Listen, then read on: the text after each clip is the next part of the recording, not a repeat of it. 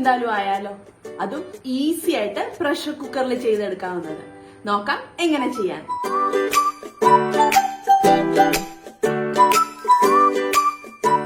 വിന്താലുവിന് ഇവിടെ 2 കിലോ പോർക്കാണ് എടുത്തിരിക്കുന്നത്. അതിലേക്ക് നമുക്കൊന്ന് മാരിനേറ്റ് ചെയ്യാൻ അല്പം മഞ്ഞൾപ്പൊടി, മുളക് പൊടി, കാശ്മീരി മുളക് പൊടി, പാകത്തിന് ഉപ്പ് കൂടി ചേർത്ത് നന്നായിട്ടൊന്ന് തിരുമ്മിയെടുക്കാം.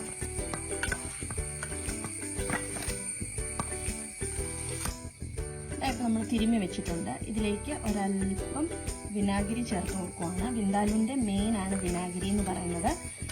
ആ വിനാഗിരിയും കൂടി ചേർത്ത് നന്നായിട്ട് തിരുമണം. അപ്പം നിങ്ങൾ ഓർക്കും പീസൊക്കെ ഭയങ്കര വലിയ പീസായിട്ട് ഫീൽ ചെയ്യുന്നുണ്ടെന്ന്. അതങ്ങനെ വേണം കട്ട് ചെയ്യാൻ. വിന്താലുവിന് അല്പം വലിയ പീസാണ് നമ്മൾ എടുക്കാറ്. ഇങ്ങനെ തൊലി, നെയ്യ്, ദശ എന്നുള്ള രീതിയിൽ അല്പം വലിയ പീസായിട്ട് കട്ട് ചെയ്താണ് നമ്മൾ വിന്താലുവിന് എടുക്കുന്നത്.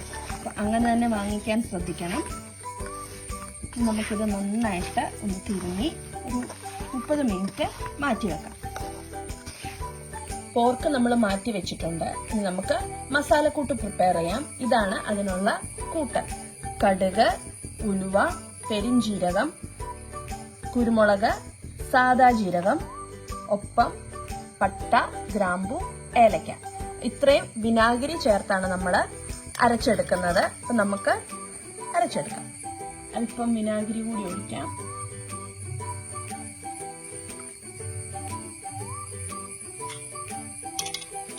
ഇത് അരച്ചെടുക്കാം.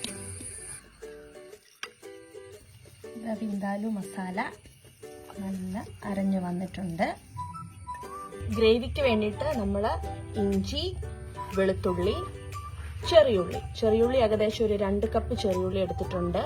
വെളുത്തുള്ളി ഒരു 2 കുടം എടുത്തിട്ടുണ്ട്. ഒരു വലിയ ഇഞ്ചി എടുത്തിട്ടുണ്ട്. അതുകൂടി നമുക്ക് ഒന്ന് ചതച്ചെടുക്കണം. ഇതെല്ലാം വിനാഗിരി കൂട്ടിയാണ് നമ്മൾ ചെയ്യുന്നത്. ഒരുപാട് വിനാഗിരി കൂടി പോകാതെ നോക്കണം. അങ്ങനെ വരുമ്പോൾ പുളി ഒരുപാടായിപ്പോ. ഈ ഒരു പരുവത്തിൽ വേണം വരാൻ.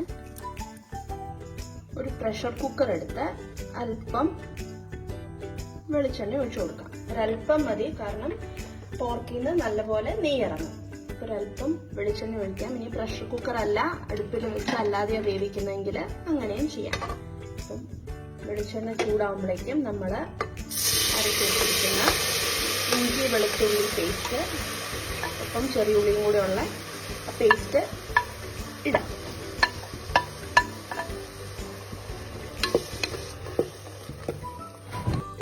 പച്ചമണം ഒക്കെ മാറി വരുന്നുണ്ട്. നമുക്ക് അതിലേക്ക് ഒരു തണ്ട് കറിവേപ്പില ഇട്ട് കൊടുക്കാം.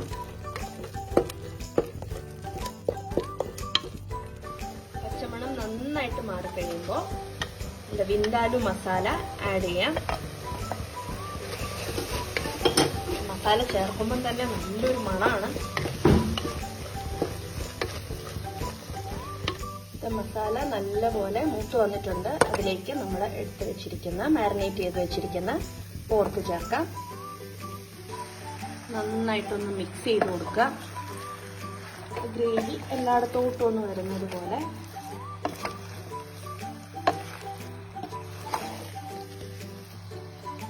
ഒരല്പം വെള്ളം ചേർത്ത് കൊടുക്കാം. ഒന്നും കൂടെ മിക്സ് ചെയ്ത് നമുക്കിതൊന്ന് മൂടി വെച്ച് വേവിക്കാം. നമ്മളുടെ പോർക്ക് റെഡിയാണ്. പ്രഷറൊക്കെ പോയി ഒരു 6 വിസിൽ അടിക്കേണ്ടി വന്നു. എൻ്റെ ഓരോന്നിനും ഓരോ വേവ് ആയതുകൊണ്ട് വ്യത്യാസം വരും. ആവി പറക്കുന്ന പോർക്ക് എന്തായാലും റെഡി.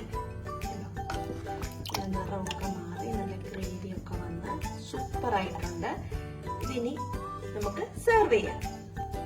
അല്പം ചോറിന്റെ കൂടെ ഒരു 2 കഷ്ണം വിന്താലു ഉണ്ടെങ്കിൽ ആഹാ, സ്വർഗമാണ്. കണ്ടോ? അപ്പൊ ചാറ് ഇത്രയും വേണ്ടാന്നുണ്ടെങ്കിൽ ഇത്തിരി കൂടി പറ്റിച്ചെടുക്കേണ്ടവർക്ക് പറ്റിച്ചെടുക്കാം. നല്ല കപ്പയുടെ കൂടെയും ചോറിന്റെ കൂടെയും സൂപ്പർ ടേസ്റ്റ് ആണ്. തയ്യാറാക്കി നോക്കാൻ മറക്കരുത്.